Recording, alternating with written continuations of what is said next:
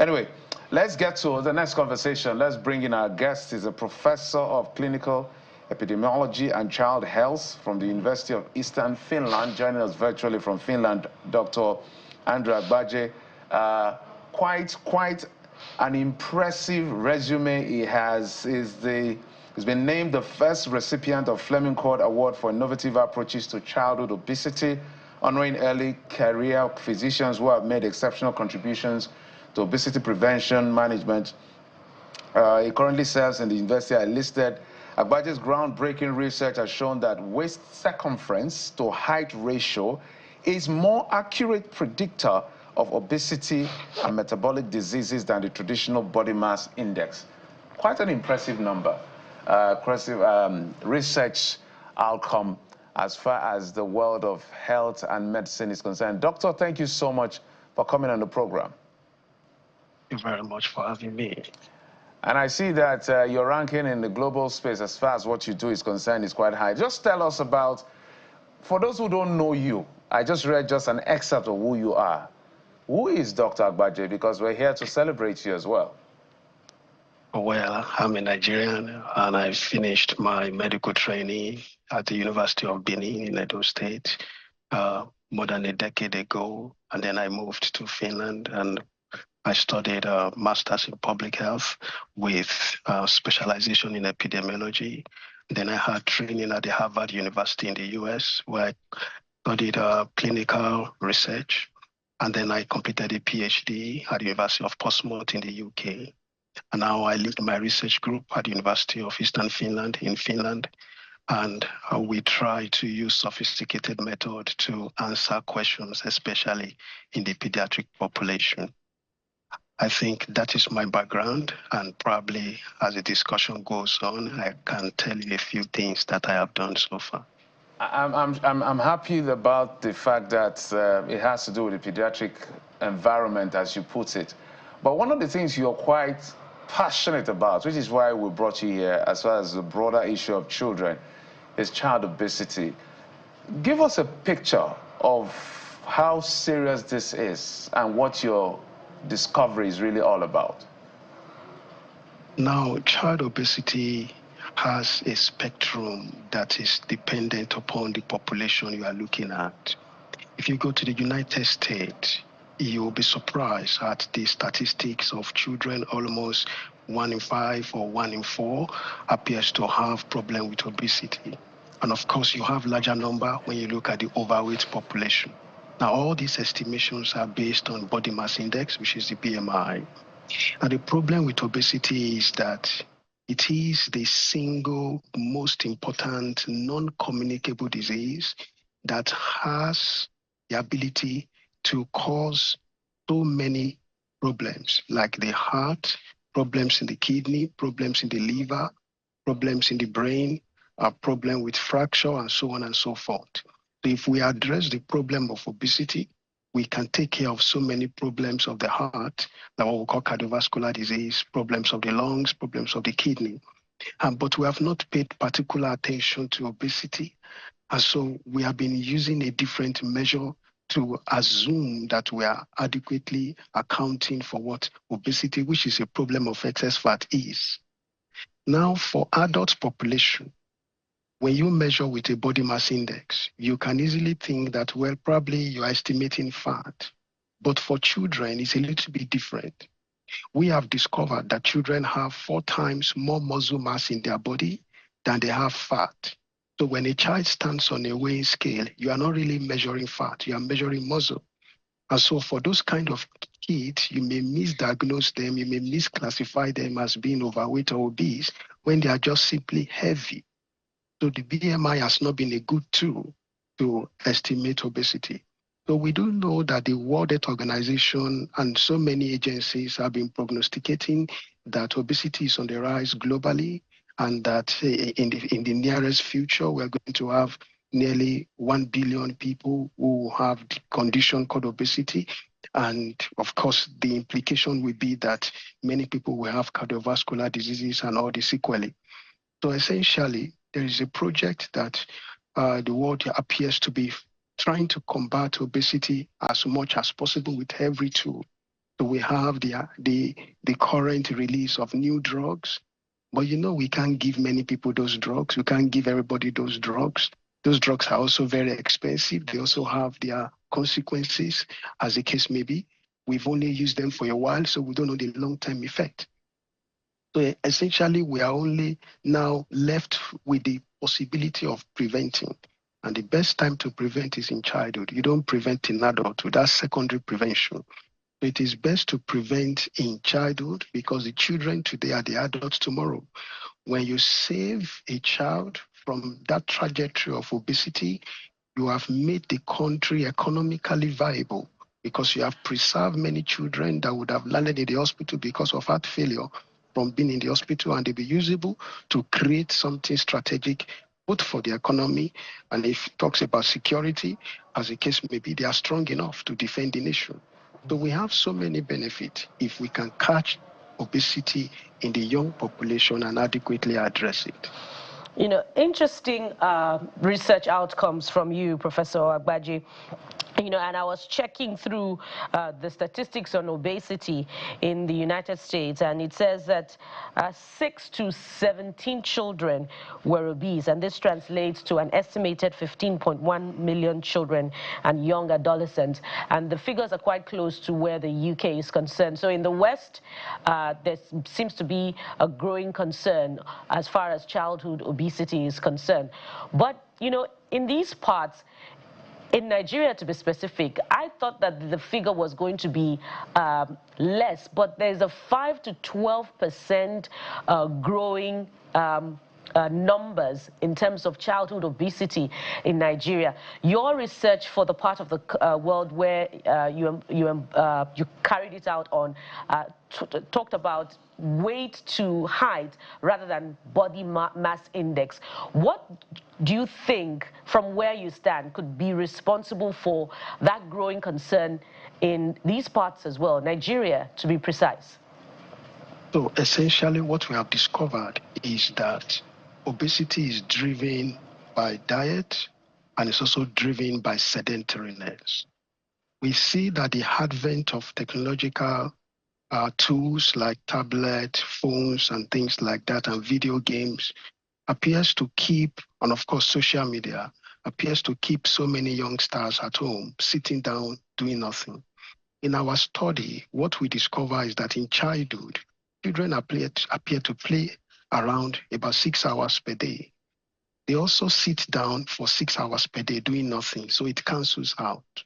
By the time they become young adults, by about the age of 24, they sit down sedentary for 9 hours per day and only move around for about 3 hours. Now we see that there's now a difference of 6 hours. Now that difference of 6 hours of extra sedentariness over physical activity is where physiology deviates into pathology. That is where disease process occur. And one of the factors that pulls obesity into this generation is the increase in sedentariness.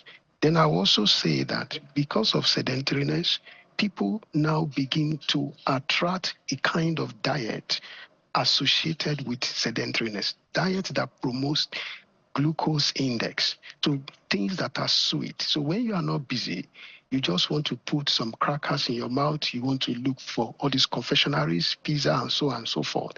So they work in tandem. So you have sedentariness on one side and you have poor diet on the other side. But if we look at for example, in Africa, our fathers that wake up in the morning and trek several kilometers into the forest to go to farm, and when they come back in the evening, they eat a big bowl of maybe a swallow, as the case may be. No matter how strong or how big that plate of food is, because of their labor of the whole day, it just dissipates away the energy. But now, if we have children today and we serve them that kind of food, they have the energy, but they are doing nothing with it. That's a very dangerous trajectory. It will result in obesity. So now if we look at the West, that's a problem they're having, but it's not becoming a problem in our own population. We are getting more comfortable. We are having nice phones. Things are getting cheaper. Pizza is getting cheaper. Buns and fries are getting cheaper. And because of that reason, Our children are changing their diet. The parents are also too busy jumping up and down because of we have to get some money, as the case may be. And so we give the children junks, Indomies, and all those kind of stuff. They are not sound diet. And the children are sedentary. When we combine all these things together, then we realize that the weight and the height of those kids begins to alter, classically different from what it was 30 years ago. So it is a problem that is rapidly developing and is something that we can address. Because if it's happening to the green tree, that is the Western region, then what happens to the dry one? We have to beware. So beyond some of the work you've done, let's look at the entire spectrum. Let's look at that entire area of pediatrics, as far as children are concerned. Besides obesity that you've done fantastic and innovative work on, what other concerns have you seen, especially for Nigerians? I know you live in Finland, and thank you for coming on the program because I know that you just literally landed, you've been in transit. What are the concerns that you've seen being in Nigeria in terms of children's health in general that we may not be paying attention to that could potentially predispose them to certain kind of risks in the future? And you know what that means for the future. Yeah, thank you very much. So you have, in the matter of nutrition, there are spectrum. We try to bring the population to the median aspect of it, which is what we call the normal weight or normal body size or normal body composition. On one extreme is obesity, close to that is overweight. On the other extreme is undernutrition. Now, significantly, many of the infectious diseases that affect children in Africa are largely preventable if they have strong immune system. And the strong immune system is connected to their diet. So they are having a diet that is not adequate. So because of that reason, their immune system is not adequately developed. So there's a lot of starvation. There's a lot of undernutrition. So we need to take care of parents when they are mothers, when they are pregnant, when they give birth to children, and how they feed them. Because a stunted child cannot fight disease. And a stunted child cannot also develop cognitively. The brain cannot develop accurately. So for that reason, on that spectrum, we have more of undernutrition, malnourished children in our population, which we need to take care of, because things like cholera, diarrhea, and all those kind of stuff, they are prevalent because the children do not have sufficient immune system. So undernutrition is something that we need to take care of, not only for the children, but also for the mothers who take care of the kids. Because the mother, is not because she does not have the food, that's why she does not give. I think every mother is very caring about their kids. It's simply because they don't have. And if I think about a situation whereby a child goes to school in the morning, he eats heba, gari, swallow. The child comes back from school, eats gari, soaking water. The child in the night eats apple. Oh, that is not good enough. Because why? The mother, that is the only thing she has. She has to feed the child. So undernutrition, poor diet, lack of vitamins, lack of fruit, lack of vegetables is stunting the growth of these children. And when we don't have adequately fed children, they will not grow well. And when they don't grow well, they can't be productive in the future. So we are losing a generation of intelligent people simply because they are not well fed when they are young. So I will say that those who have the power, the money, and the resources to critically think about helping every woman in every village who cannot afford simple food and ensure that children are well fed, especially in the first 5 years of their life. So undernutrition and starvation should not be one's name amongst us in our population, because you see, we grow our food, we have nice climate. For example, think about where I live. Sometimes in the winter, the temperature is minus 36. Right. You can't grow anything at that time. Now. As we wind down now, I can't resist the urge to get this one in, Professor.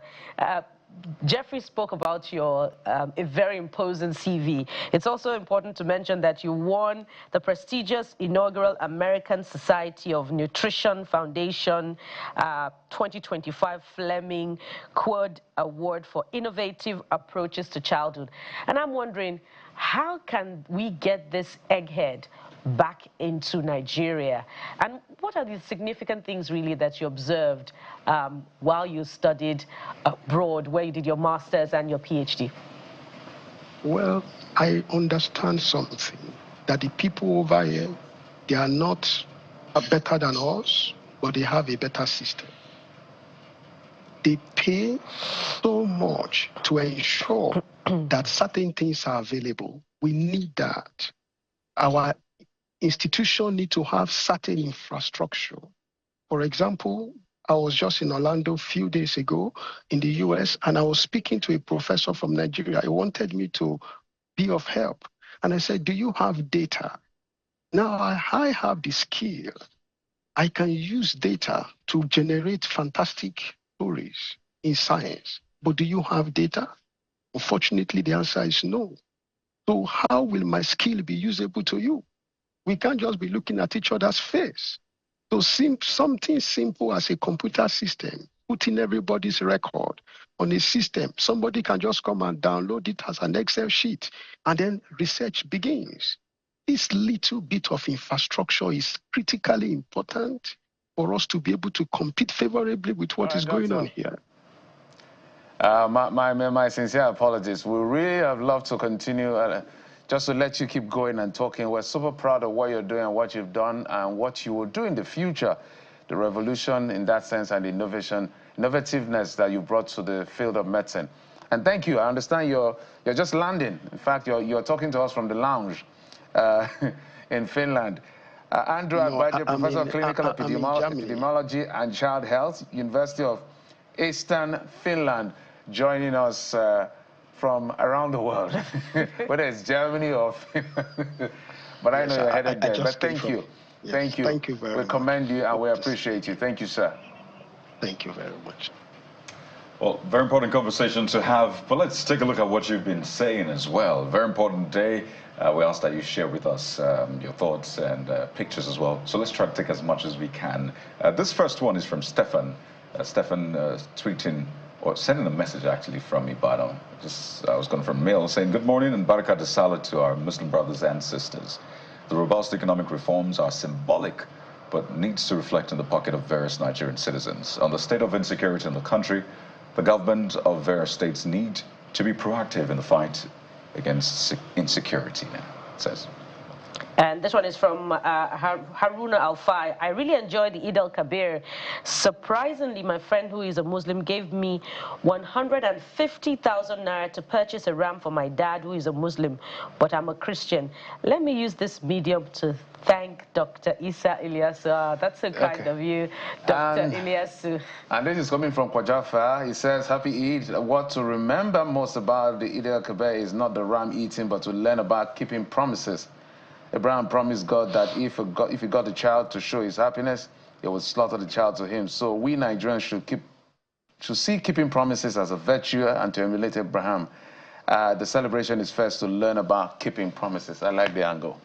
Just mention who this sub is for those in government and maybe the people as well. I mean, those in leadership positions across board. Promise and keep. Absolutely. And that's it on the program. The weekend is upon us. Go out there. Have fun, enjoy yourself. We'll see you next week. God bless. I'm Jeffrey Uzoma. An ideal way to wrap up the week. Thank you so much for watching. We'll be back again next week. I am Bukola Koka. And I'm Kaido Kikiolu. Once again, happy Eid al-Kabir, Barakah de Salah. We'll see you where we see you.